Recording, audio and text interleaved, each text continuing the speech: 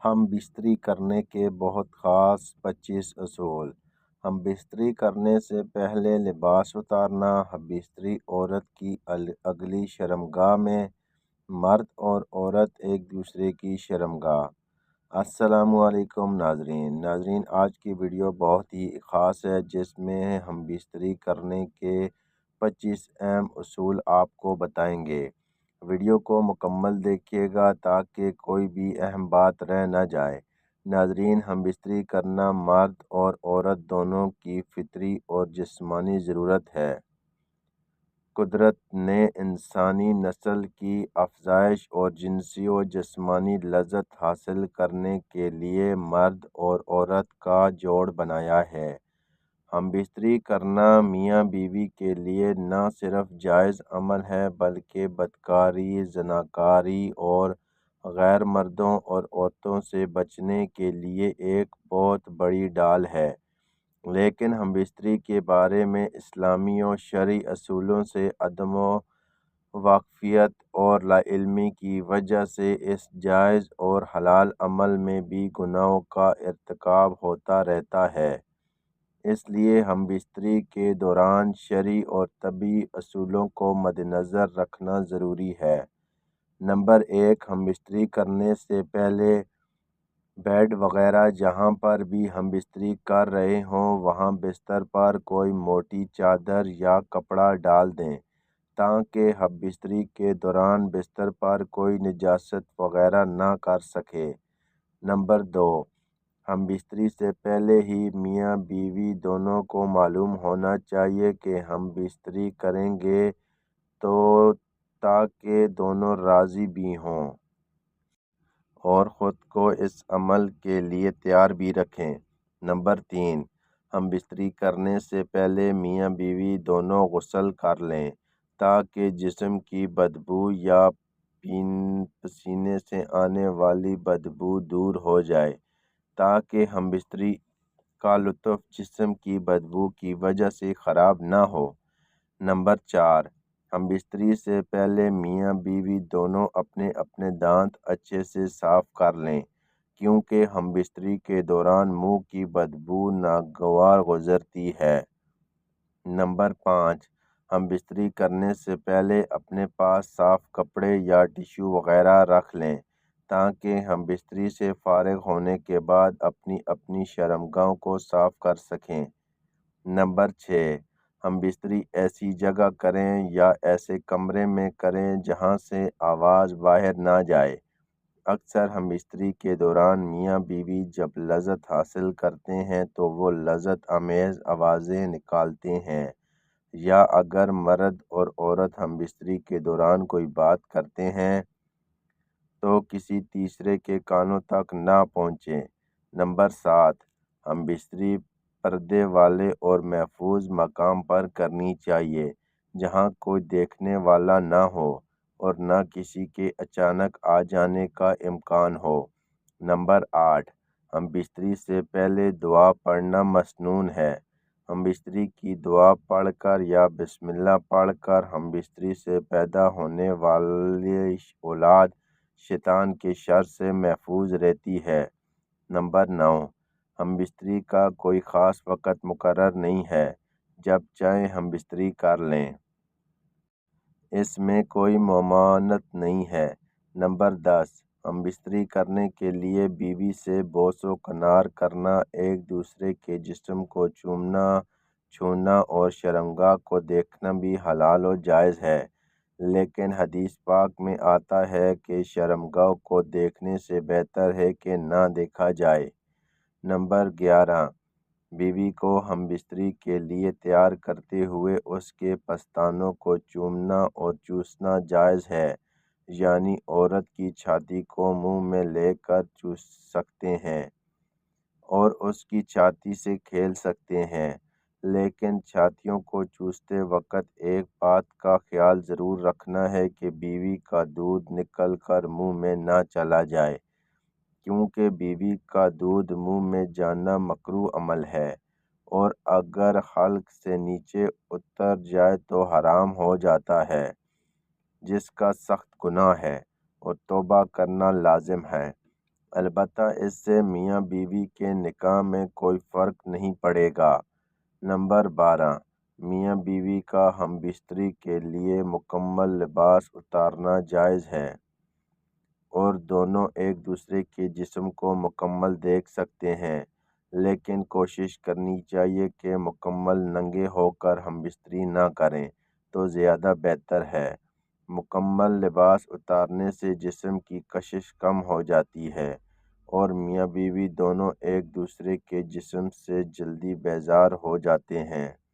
Number 13، بیوی کی صحت کا مسئلہ ہو یا اس کے علاوہ کوئی اور شرعی عذر ہوا ہو، اگر وہ ہم بستری نہیں کرنا چاہتی تو اس کو ہم بستری کے لیے مجبور مت کریں۔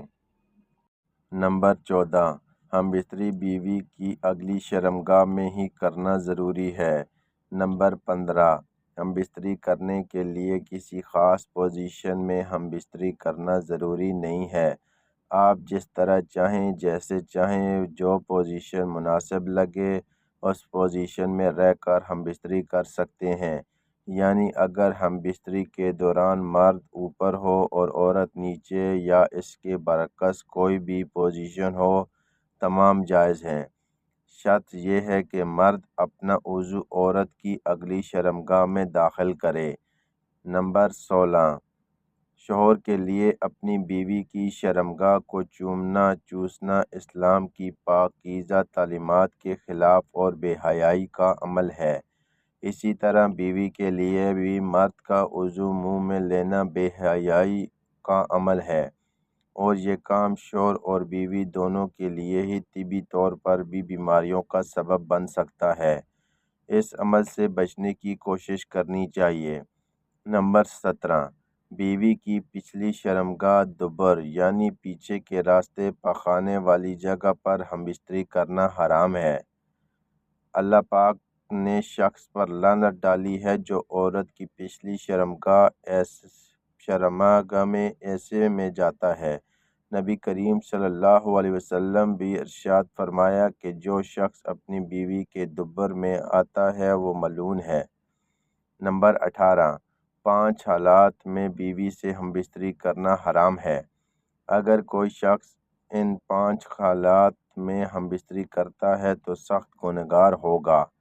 1، جب عورت حیض کی حالت میں ہو، جسے پیریڈز بھی کہتے ہیں، اس دوران ہم بستری کرنا حرام ہے۔ نفاس کی حالت میں، یعنی جب عورت کو بچہ پیدا ہوتا ہے تو خون چلتا ہے جسے نفاس کہتے ہیں، اس دوران ہم بستری کرنا حرام ہے۔ جب تک بچہ پیدا ہونے کے بعد آنے والا خون رک نہ جائے ہم بستری نہیں کرنی چاہیے، اور اس خون آنے کی مدت 35 سے 40 دن تک کی ہے۔ 3، روزے کی حالت میں ہم بستری کرنا حرام ہے۔ رمضان کی راتوں میں ہم بستری کرنا جائز ہے، لیکن دن کے وقت روزے کی حالت میں ہم بستری کرنا سخت گناہ ہے۔ ہاں، البتہ اگر میاں بیوی دونوں کا کسی عذر کی وجہ سے روزہ نہیں ہے تو وہ ہم بستری کر سکتے ہیں۔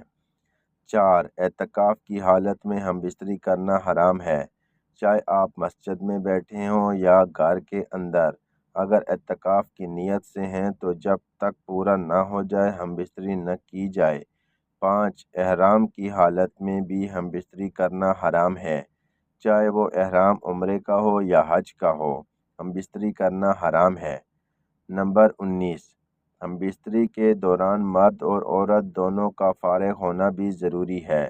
اکثر دیکھا گیا ہے کہ مرد فارغ ہو کر فوراً سے عورت سے علیحدہ ہو جاتا ہے۔ عورت کے فارغ ہونے تک مرد کو چاہیے کہ وہ بیوی سے علیحدگی اختیار نہ کرے۔ اگر مرد ایسا کرے گا تو میاں بیوی میں دوریاں پیدا ہونا شروع ہو جائیں گی، اور کثرت سے عورت کو فارغ کیے بنا چھوڑنے سے میاں بیوی کے درمیان نفرت پیدا ہو جاتی ہے۔ اس لیے مرد کو چاہیے کہ فارغ ہونے کے بعد ایک دم سے عورت سے علیحدہ نہ ہو، بلکہ اس کے فارغ ہونے کا انتظار کرے۔ نمبر 20، مرد کی شرمگاہ کا عورت کی شرمگاہ میں داخل ہونے سے ہی مرد اور عورت دونوں پر غسل واجب ہو جاتا ہے، چاہے منی کا انزال ہو یا نہ ہو، غسل کرنا واجب ہو جائے گا۔ نمبر 21، اگر میاں بیوی دونوں رضامندی سے بچوں کے درمیان وقفہ چاہتے ہیں تو وقفے کی نیت سے وہ ہم بستری کے دوران منی کا اخراج شرمگاہ کے بجائے باہر بھی کر سکتے ہیں، اس میں کوئی گناہ نہیں ہے۔ نمبر 22، ہم بستری کے بعد جب مرد اور عورت دونوں فارغ ہو کر علیحدہ ہو جائیں تو دونوں کوشش کریں کہ پیشاب کر لیں تاکہ شرمگاہوں کے اندر رہ جانے والی منی باہر نکل جائے۔ نمبر 33، میاں بیوی کا ہم بستری کی باتیں اپنے دوستوں، سہیلیوں یا کسی اور سے شیئر کرنا بے حیائی کی علامت ہے۔ نبی کریم صلی اللہ علیہ وسلم نے ہم بستری کی باتیں دوسروں سے شیئر کرنے سے سختی سے منع کیا ہے۔ ہاں، البتہ کسی بات کا علم نہیں ہے یا کسی بات کی سمجھ نہیں آتی تو وہ باتیں کسی ڈاکٹر، حکیم یا متعلقہ شخص سے نالج لینا دینا جائز ہے۔ نمبر 24، ہم بستری کے فوراً بعد غسل جنابت کر لینا بہتر ہے، لیکن اگر وقتی صرف استنجا کر لیا ہے تو بھی کوئی حرج نہیں۔ تاہم اس کے بعد آنے والی نماز کا وقت ختم ہونے سے پہلے غسل کرنا ضروری ہے تاکہ نماز قضا نہ ہو۔ نمبر 25، میاں بیوی دونوں کا اکٹھے غسل کرنا جائز ہے، اس میں کوئی ممانعت نہیں ہے، اس لیے اگر کوئی میاں بیوی ایک ساتھ غسل کر لیتے ہیں تو اس میں کوئی حرج نہیں ہے۔